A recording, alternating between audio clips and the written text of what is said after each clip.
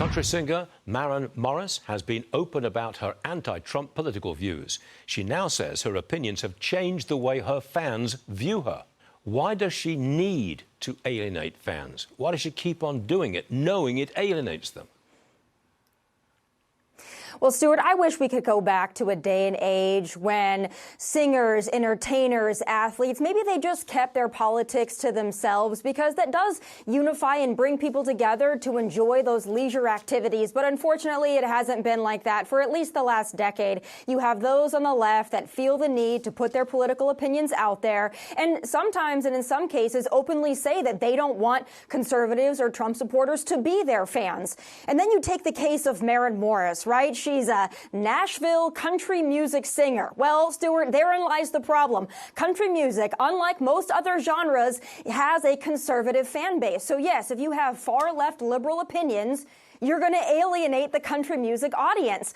And Stuart, all the other genres probably filled with liberals and their audiences maybe mostly liberal, but country music is ours. I'm sorry, Maren Morris, you should have thought about that. You're a country singer after all. That's going to happen. It is.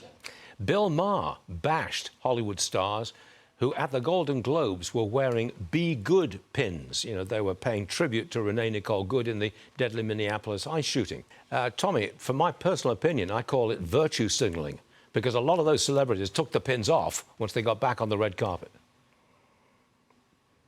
Yeah, this is what celebrities always do, Stuart. They do their moral grandstanding when they're at their fancy award shows that almost exclusively have liberals in attendance, and they stand on stage, or they wear a certain color, or they wear a pin to show everybody that they are morally superior. But, Stuart, correct me if I'm wrong, I don't remember them ever wearing a pin or so much as commenting on the deaths of Rachel Morin, Laken Riley, Jocelyn Nungaray, Molly Tibbetts, the list goes on. Young women who lost their lives due to the illegal aliens that ICE agitators are out on the streets seeking to coddle and protect. It would be nice if they cared about young women in this country, if perhaps they would care about those young women who have lost their lives thanks to illegal immigration. ICE agents are out there in the streets every day removing public safety threats.